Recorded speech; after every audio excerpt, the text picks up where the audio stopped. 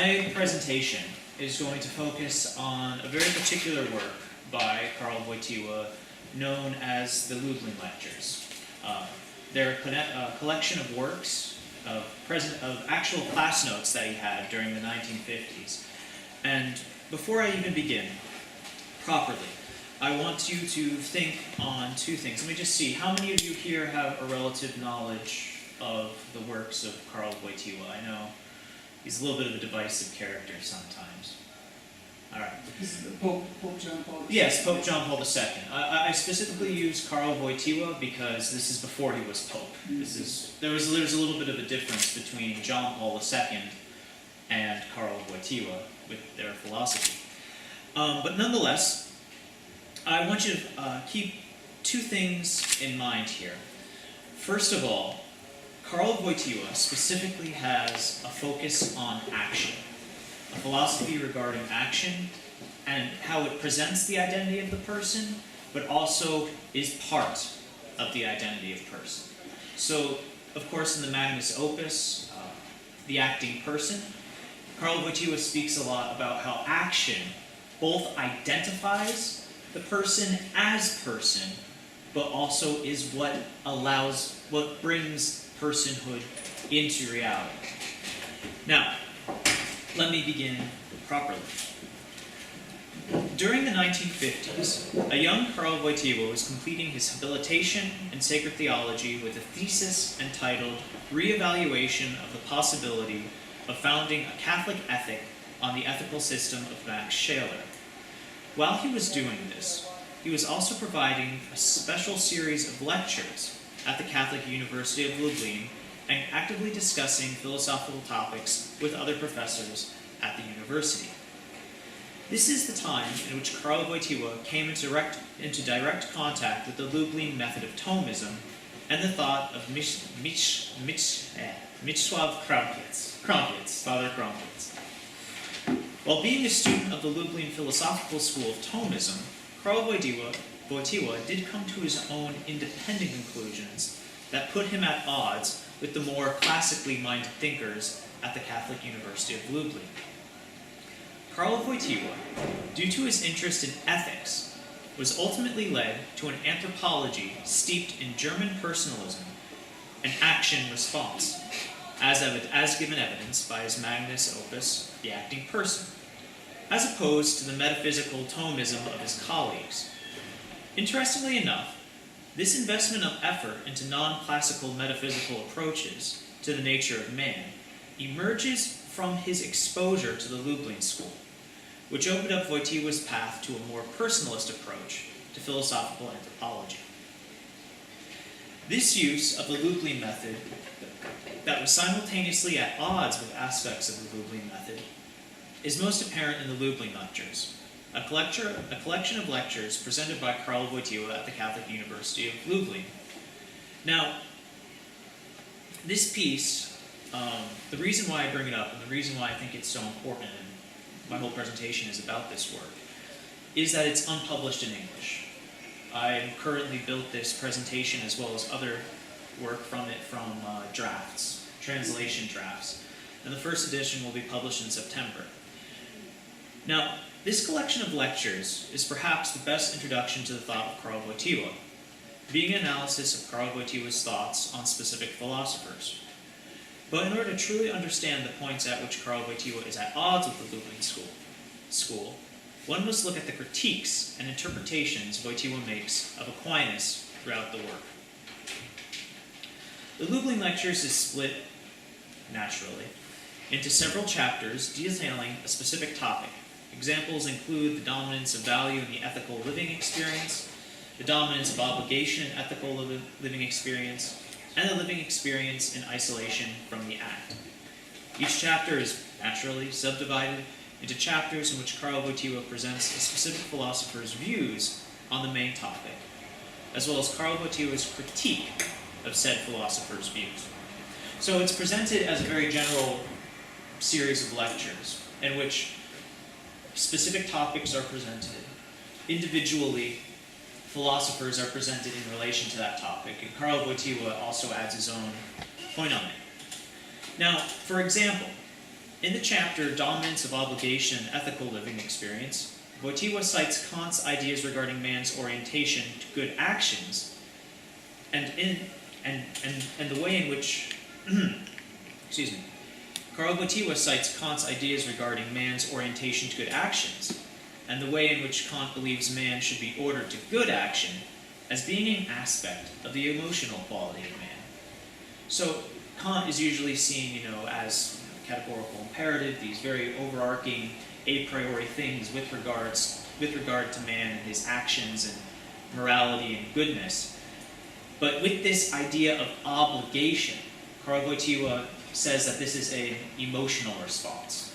That in this aspect of obligation, feeling this obligation, it's not as objective as Kant would say, that in a person this obligation is felt as an emotion, and therefore, while yes, we can phenomenologically get to a bigger idea from it, nonetheless, it's not in and of itself, per se, as categorical as Kant would believe.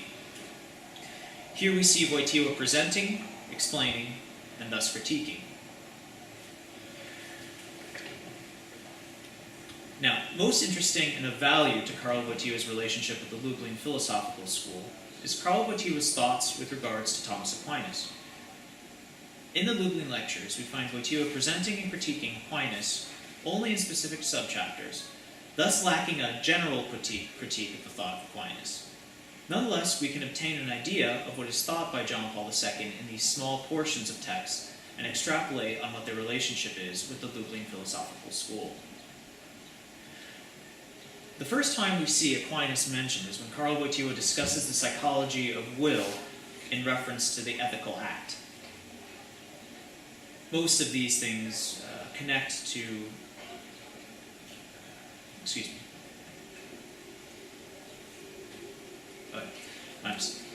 The first time we see Aquinas mentioned is when Karl Wojtyła discusses the psychology of the will in reference to the ethical act. Now, throughout this critique of Aquinas, we see Karl Wojtyła going back to ethics, trying to bring an ethical dimension to it. This is primarily twofold, because Karl Wojtyła at the time was an ethicist, but also, in order to be an ethicist, he had to establish an anthropology of some sort. And so as such, even though he is discussing ethics in some sense, he is building a nature of person from which ethics can emerge. Now, with this specifically, and with this part here, with this section entitled Psychology with reference to ethical act, Karl Wojtyła separates contemporary trends in psychology, which he sees as being empiricist and mechanistic, while seeing Thomas Aquinas' approach to psychology as being metaphysical and relating to suppositions regarding philosophy of being. Simply put, while a contemporary psychologist would say that whether an action fits within the ethical category ultimately relies on the experience one has and their mechanical end. For instance, now this is a horrible example, but you see it quite often, the child who is molested, thus becoming a pedophile. Karl Wojtyła sees Aquinas as stating that the relation of one's action has to the ethical value of the statement comes rather from the affirmation or lack of affirmation of one's being. Thus, unethical acts are contra being, while positive acts affirm being. Now, we can see why Karl Wojtyła approves of this Thomistic view. While it relates to being, and is very classically oriented, we can see that Wojtyła's focus on the relation of action and being as a root of his own more personalist approach to metaphysical anthropology. Aquinas' pro-being act, which is only as far as the Lublin school would go, becomes Wojtyła's act which makes person. So here we begin to see some of the tension between Karl Wojtyła and the Lublin school. The Lublin school, in this regard, would be very classically, scholastically Thomistic in saying that the psychological orientation of the person comes from being, either affirming being or being contra being. Now, Karl Wojtyła takes this idea and adds into it a more personalist approach, the action of the person, the person's experience, And so it transforms from act either being simply pro-person or against personhood. That's where the ethics of it lie. It becomes, in Wojtyła's mind, the actual agent of personhood. And so, as we can see, there is a relationship. In a way, we could say that Karl Wojtyła is saying that Aquinas only goes so far, but he takes it a little bit more. Now, this is continued later in the work with the comparison of potency and act. Now, we all know, with regards to Aquinas, that his statements that no external rational faculty, by merely external participation or practically activity, that there is no external rational faculty by mere external participation for practical activity. There's no such thing as a fragmentary good. There's no such thing as, in Aquinas' mind, as fragmentary physical good. But we think of potency and act, but when we think of we must ask what we think of potency and act in what constitutes the ethical life. Now this, of course, would be, in Aquinas' mind, the order of the will, in Aquinas' mind, this would be, of course, the potency that is seen within things, that the ethical goodness and goodness of an action comes from within the thing. So, for instance, health, beauty, things like that, get their goodness from their potency. As opposed to Karl Wojtyła, he says is that we order our will towards these actions. That this potency is not so much about what a value contains, but rather how we order these values towards actions. And that's where the ethical goodness or badness of something lies. Now, this is further continued with Karl Wojtyła's discussion of the good. Classically, and in contemporary mind, particularly with regards to ethics, good is seen as utilitarian. Now Thomas Aquinas would kind of go with that same thing, would connect that to the potency and see that good as the potency in the person. Now, we have to ask a question. What makes these qualities apparent? Karl Wojtyła asks this. So, okay, yes, we have contemporary ethicists taking a more utilitarian view. The good is only that which benefits, only that which derives pleasure. Very mechanistic in that sense. But we also have more Aquinas view, which goes back to potency, which puts the goodness and the potentiality of creating something in the value. What makes these apparent? Well, Karl Wojtyła would go back to action.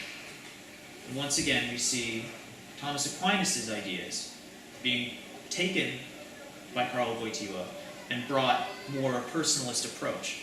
We can't really have a concept of qualities being apparent without action. But the Lublin school by itself doesn't make this point. So ultimately, as I said, in the Lublin lectures, we can see that Karl Wojtyła takes the messages of Aquinas and the ideas of Aquinas that the Lublin school presents, takes them, furthers them, and adds in an idea of personhood, particularly with regards to action. Thank you.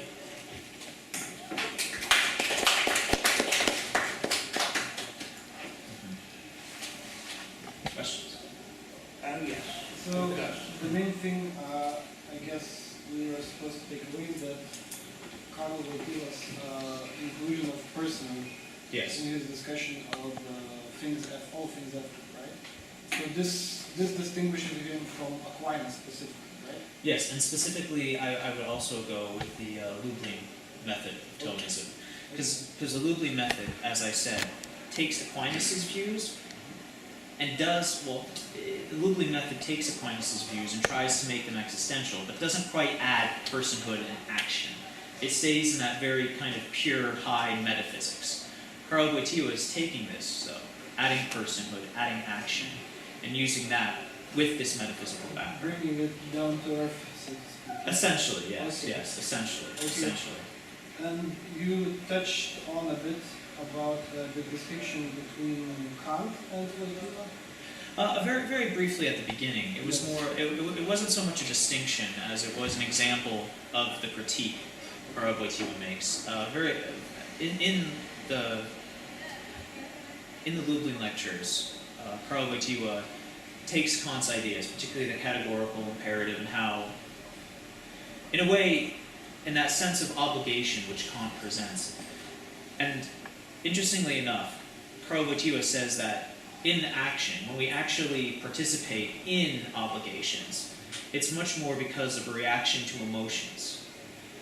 And so while Kant tries to take it away from emotions, tries to make it more of an a priori, in a way, concept, Karol Wojtyła is saying, well, no, in practicality, people actually, obligation is much more of an emotion than anything else. Emotionally driven, yes? Yes, exactly. So like Kant would say, I'm basically helping this old lady cross the road, and I'm doing it because I feel pleasure.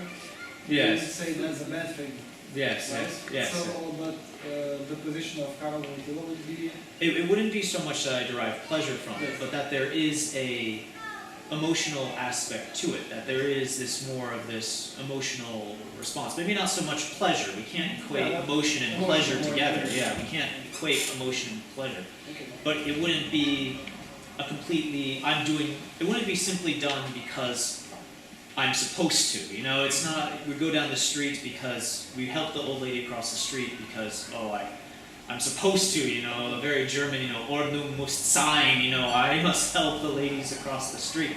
No, it's much more of, you know, the emotional reaction that we have to the person, as well as our actions in and of themselves create an emotional world. And we take, you know, therefore we help a lady across the street. It's not so much the high you get, you know, I feel so good for helping an old lady, but nonetheless, it's not, there still is an emotional aspect to it, which is what Karol Wojtyła would strongly say. I was just asking because I wanted to find out if there's any difference between Kant and emotions, ethical things, and...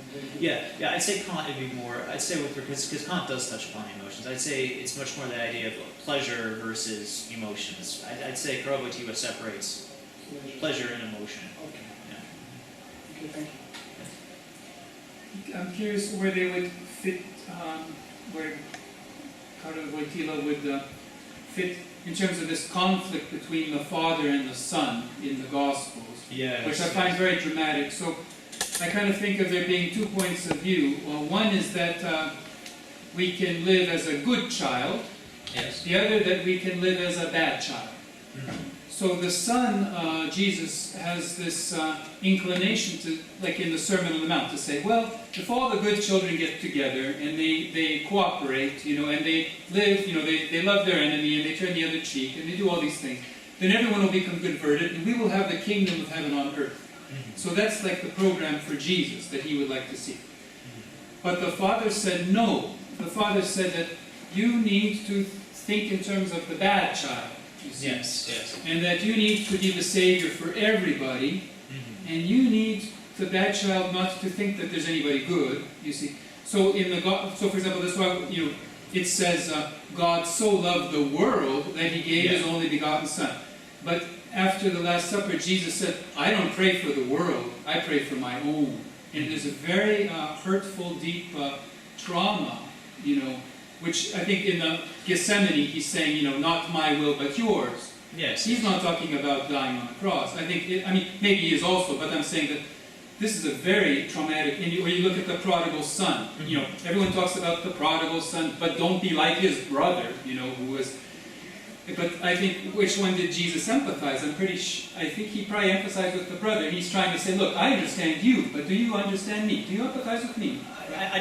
So I'm curious, I guess if anybody in Christian, among the Christian thinkers have ever picked up on this, which is so dramatic, but in particular, how did he look at this? Well, he would. I think we're kind of going a little bit into theology, of course, but nonetheless, but to kind of go from Karol Wojtyła's philosophy and to kind of put it into that, I think no matter what you have, whether it is either bad or good or where would Karol Wojtyła put this in there? once again, in all of these things, we see actions. And we see these ideas of personhood arising from action. So I'll take the prodigal son. In that story, you have basically three elements. You have the forgiving father, the son who's redeeming himself, and the jealous son. Yes? I think with that, we could see from Karl Wojtyła, we would see how personhood was affirmed through the actions of these three people. You have the action of the redemptive son, you have the action of the forgiving son, but also there's something to be said about what kind of personhood is being affirmed by the son who is acting in a way that is, angry. Mm-hmm. And I think that Karl Wojtyła wouldn't necessarily say in this situation, nobody is necessarily wrong in this. There's no, I think personally too, that in that story there's no real hero. I think you see a very dynamic of the different kinds of, different explanations of aspects of humanity. And I think that Karl Wojtyła would go with that. There's different anthropologies in that. So if we were to physically put him in the context of the father versus son, whether you mean that with God, whether you mean that with the family, whether you mean that whatever, I think he would say, Karl Wojtyła would rather ask the question, what is the father doing to the son? What is the son doing to the father? And what can we learn from it? And what can we improve upon this? What is are these actions that they are doing? Do they better give, how can I say, do they better present the person? Is it easier to see personhood in these actions, or are these actions in a way against personhood? But still, we have these actions, and I think it's difficult to do that, but you could. But it would be about the relation, the actions and the relations you get from those actions. So I don't think Karl Wojtyła would side with either the father or the son in that case. If possible, I would like to pass to you a very provocative, very non-diplomatic, non-ecumenical, but very serious and academic question. How to understand, in the light of existential Tobyism, the fact that John Paul II kissed the Quran? I see. Yes. Yes, the good old Quran kissing. Yes. I had to collect my thoughts a little bit about that. That's a pretty big one. Why would that be problematic? I don't understand the problem. So, if I remember, it was made in the occasion of when the Iraqi delegation was presented at an official audience by Pope John Paul II, and it was some kind of gesture of unity, religious and spiritual unity made by kissing the holy book of Islam. Just to compare, like what's really troubling is that at the Last Supper, Jesus gave Judas the bread and the devil went inside him. Is that correct? Yeah. Well, I mean, like that's really like to say like when you take bread from Jesus, it could be the devil inside you. Yes, but so like I'm just saying like these aren't similarly troubling. This is less troubling than that. Well, if we look at it through existential Thomism, in which and even Karl Wojtyła says that these actions affirm, a truth about the personhood. There's a little bit of a thing here. How can the Pope, who suggests the absolute truth of one religion, who also suggests that through actions we affirm some sort of truth of the person, kisses the Quran? Well, is there some sort of truth, therefore, in the Quran? And if there is the truth in the Quran, how can there be the singular truth of Catholicism, etc., etc., etc.? I would say, and I would retreat back a little bit. Mentally, I'd retreat, and I would say, I've read the Quran, And in the Quran, like many well, I guess you could say any holy book, except for maybe the more existential Hindu and the more existential Buddhist texts. Maybe not existential, that's not the word, the more, what could I say, Gnostic of the Buddhist and Hindu texts. They deal with acting. We see in the Quran, we see actions, both good, bad, affirming people, not affirming people. And at the same time, we do get, as in the story of the prodigal son, we get these different ideas. In a way, it kind of presents a anthropology, in a way, in the Quran. And so if he was kissing that, perhaps he was, in a way, affirming that. And perhaps even in his own situation, he is creating another action by which humanity is affirmed. Maybe you could argue, it could be argued, that against the humanity of the Catholic religion, but nonetheless, he would be, I think, affirming. Yes, I would like to draw your attention that, for example, in Aquinas Sumatologia, you have many exemplars how the Catholics must understand their activity in the world, especially in the relations with the other religions. It's, in my consideration, absolutely against this gesture made by the Pope. Well, it goes back, I would say, to the Gospels. You have, in quotes, St. Paul, there's that great story about, I think it's in Galatians, although I could be wrong.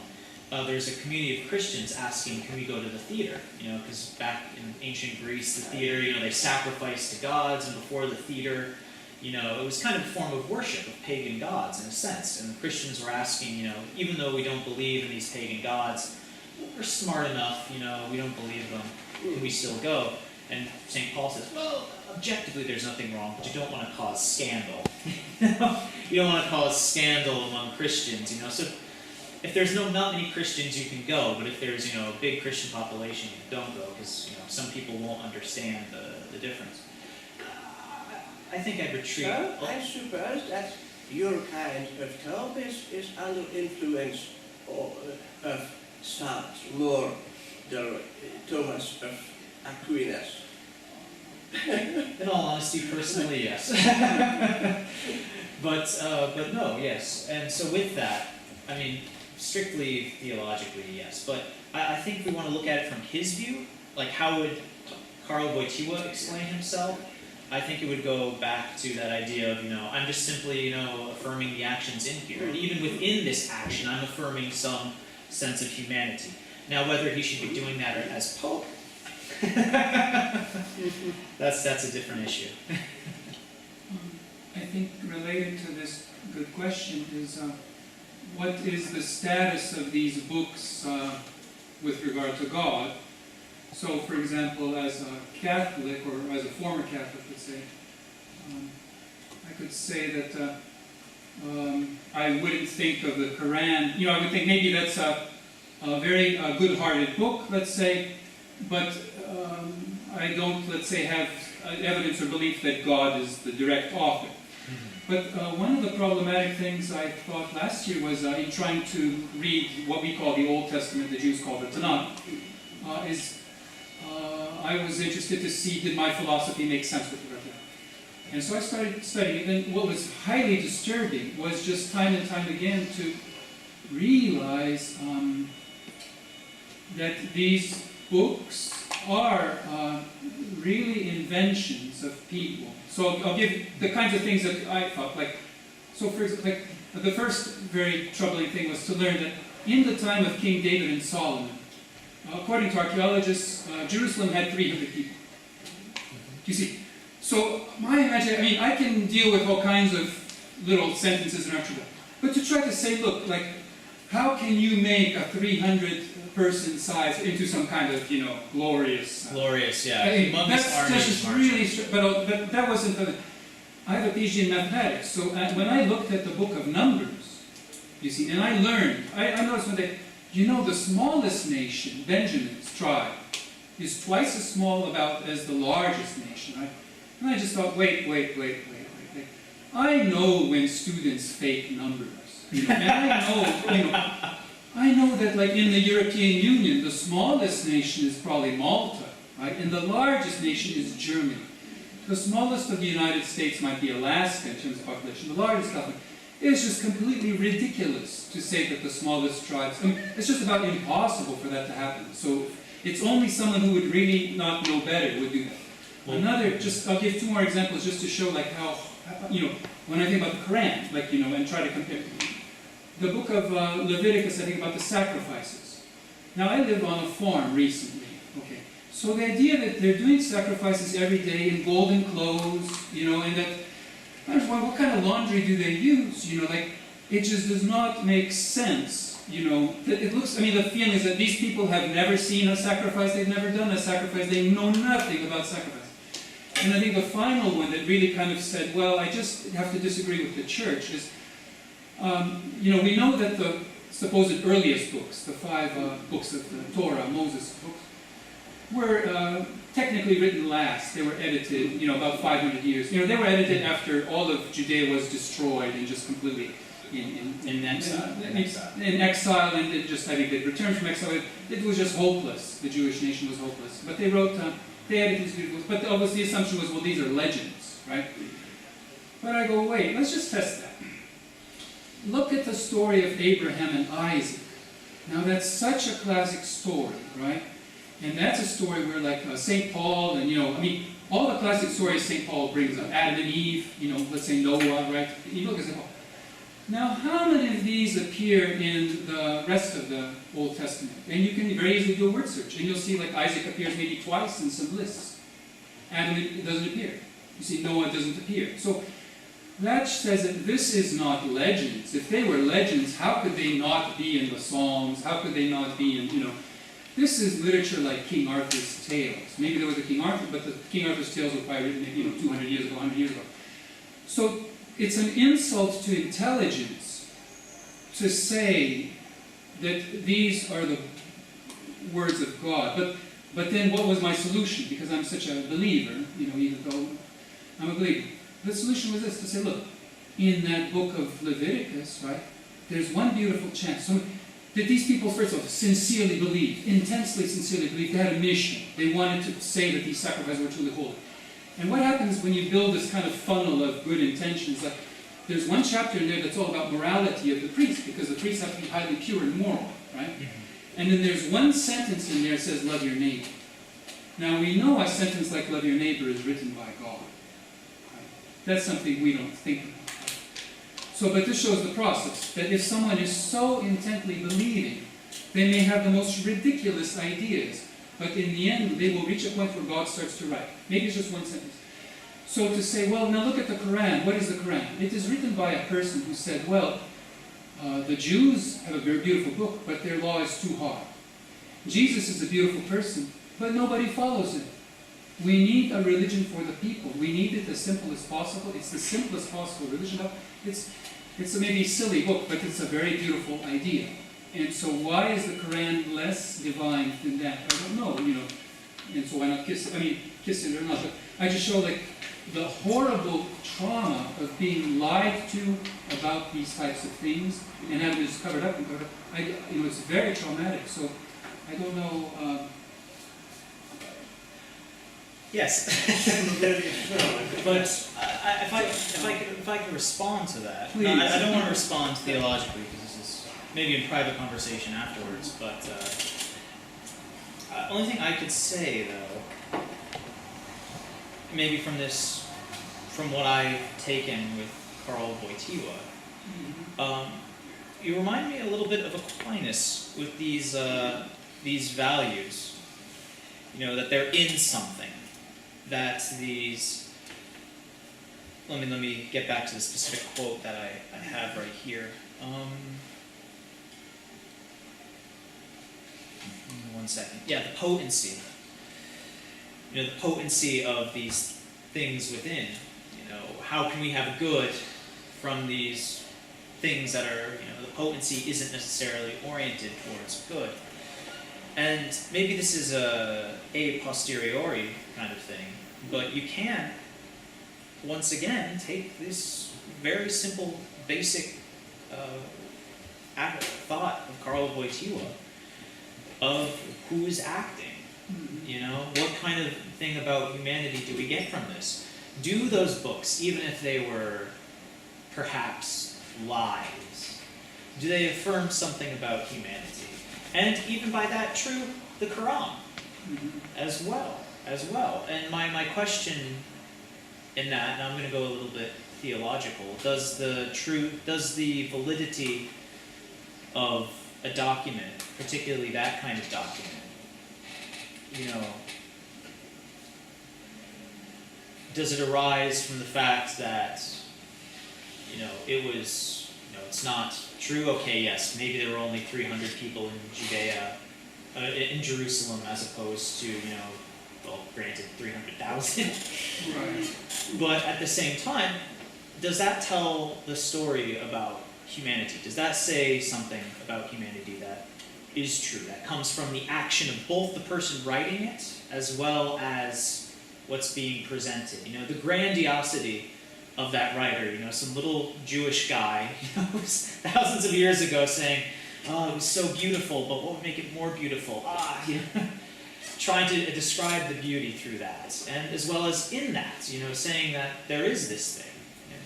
So I find your approach, I think that's a great example of, if you look at the action, you know, and first of all, this was written by somebody who was 1,000 years removed, or maybe 500 years removed, yes, you know, from.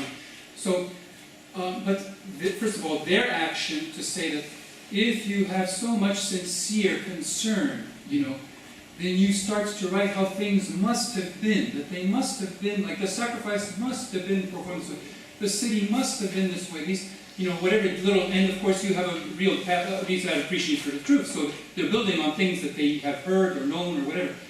But when you have this huge sincerity, you're able to kind of reach a God that speaks beyond, number one, from the writer's point of view, but also from the reader's point of view. Like, if you're just the devil and you quote scripture, you can quote it for your own needs. But I think we want to say that what makes it a godly book is that any sincere person who reads it will find truth. That you cannot read it sincerely and go, some kind. well, that you'll find truth. Like, if you read it sincerely, you will find the truth. So it's the same process as for the writer. Like, if you write it sincerely, you will come to the truth. If you read it sincerely, you will enter that same funnel.